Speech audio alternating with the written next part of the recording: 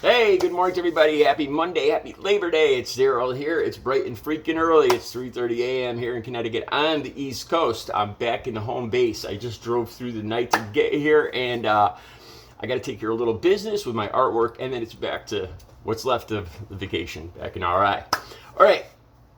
Today's video, I got some strong opinions this morning. There's going to be, first thing is going to be a clip on Nick Fuentes. The clip's down below. It's nowhere near as bad as his usual clips, but it's dishonest. It's just blatantly dishonest. And when I watch this guy, he's another one where I don't get it. You know, he talks about this, return to this macho society where women don't work and they don't get educated seriously. I'll put a link to another video where he says all this stuff. Like this macho, man-driven society. And then I look at him, and he is the most feminine, whining little, I was going to use the term for female dog, but I don't get it. For the life of me, I don't see how people look at him and his rhetoric and put the two together. I don't get it. All right, and then I want to talk about Donald Trump and his rally Saturday. He said a couple things. One thing, he accused John Fetterman of being a drug addict. I want to talk about that because I got quite a bit of experience in that field, and I disagree. All right, and then he brought up the ultimate punishment, capital punishment for drug dealers, and I want to talk briefly about that. Okay, let's start with Nick Fuentes. Okay, he takes. I love this. I love the fact. I love Joe Biden's speech the other night. When we had the red lighting. Donald Trump thought it looked evil. Yeah, like that, like him on January 6th with his visage, his eyes looking over everybody. Tell me that didn't look Orwellian. Yeah, here's somebody who knows what evil looks like. But anyway, I love the fact that Biden's speech hit home with a lot of people because he called out MAGA, the MAGA group for who they are. Anti-democratic. They are a small group inside. There's about an equal number of Republicans and Democrats in this country. A little more Democrats, and then in the Republican Party, there's a smaller group, the MAGA group. They are a minority. That's a fact. That's a simple fact. All right, the people that want Donald Trump to be president, they are a minority, and they know they're a minority. And they're putting all these people into the election committees and election boards all over the country so that next time he loses, they can scream and shout that it's all election fraud and put him back. That's anti-democracy. They're a threat to democracy. Okay, that's nice. This nice, simple look at it. Now, Nick Fuentes. Now, you could tell the Biden speech hit home. It got his panties in a little bunch because he talks about. He says it gets very technical and theoretical. I gotta laugh. This guy is talking about technical and theoretical, and his whiny little voice and his little tie, and his skinny little arms waving in the air, making gestures. He transposes throughout the links down below. He transposes the word liberalism for democracy. He says that liberalism will be suspended. And he takes exception to the fact that Joe Biden called out the MAGA party as a danger to democracy, and that the fact that they bully the other Republicans, which they do, This is what I talked yesterday. I wasn't very specific. It's the dishonesty.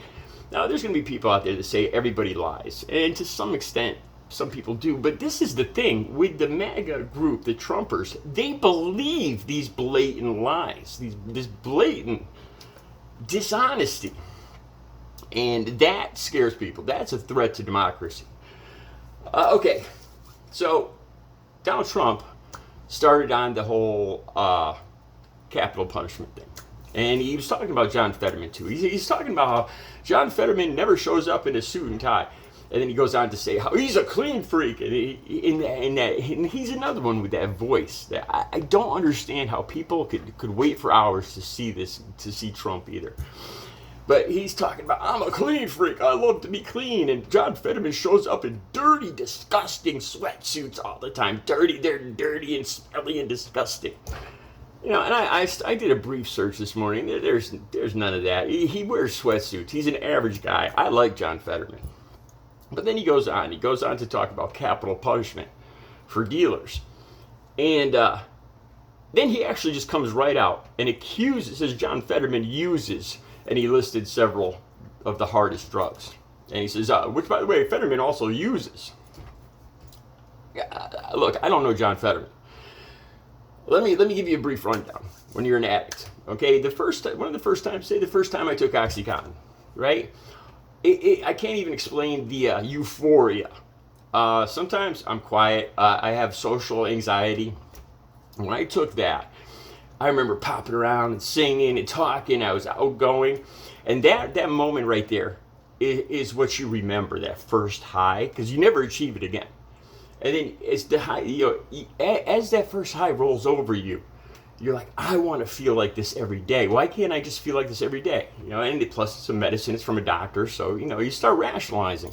I want to feel like, why can't I feel like this? Because a lot of people out there just don't feel like that every day. Like that, for me, that's what it was. But then there's a problem with that, because then the next time you take it, you don't go quite as high.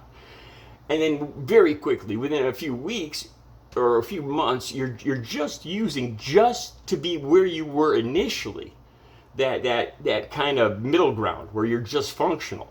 And if you don't get it, there is no more high. There is no more high. This is how all drugs work. Drug addicts do not show up. Drug addicts cancel a lot. They don't show up because the highs and lows. Their whole life is full of highs and lows. This is one of the reasons methadone worked for me. It was a constant dose, a constant everyday dose that just brought me up to a level normal baseline. And then when it's time to get off it, you step it down very slowly so you don't notice your baseline coming down. When you're using, like Trump accused Fetterman of using, there's highs and lows. An addict will have highs and lows. Those lows, you don't show up. You don't go on public. You hate everybody. It's all about you and getting your next. You need to get up there again. John Fetterman does not show that. John Fetterman does not have that that quality. I looked to see if he canceled appearances and all this other stuff, and he has none of that. I remember the first times I got high, I would talk to myself. I would sing in the car, la la la la. Seriously, I remember driving down the road, yelling out the windows, laughing to myself. And I'm not the only one. This is what addicts do. That first high, it's so euphoric. You're just like, I remember, and a lot of addicts do this. They sing to themselves. They talk to themselves, almost in a different voice, a whole different personality. And that's what the addiction is trying to achieve that euphoria again. And it never comes again. See, Fetterman does not show that. Fetterman has a baseline. When he talks, it's the same. You don't see a very lit up Fetterman and then a very sullen, angry Fetterman. You don't see that. That's why right off the bat. And then plus, running in the field of politics is something I don't see an addict doing. If somebody's already an addict, and I think a politician would be the last field that they would go into. Because they're in the public eye so much, and because there's so little, because drugs are frowned upon in that, even though I'm sure they're used, but they're frowned upon. It's just not, it's not something an addict would be drawn to.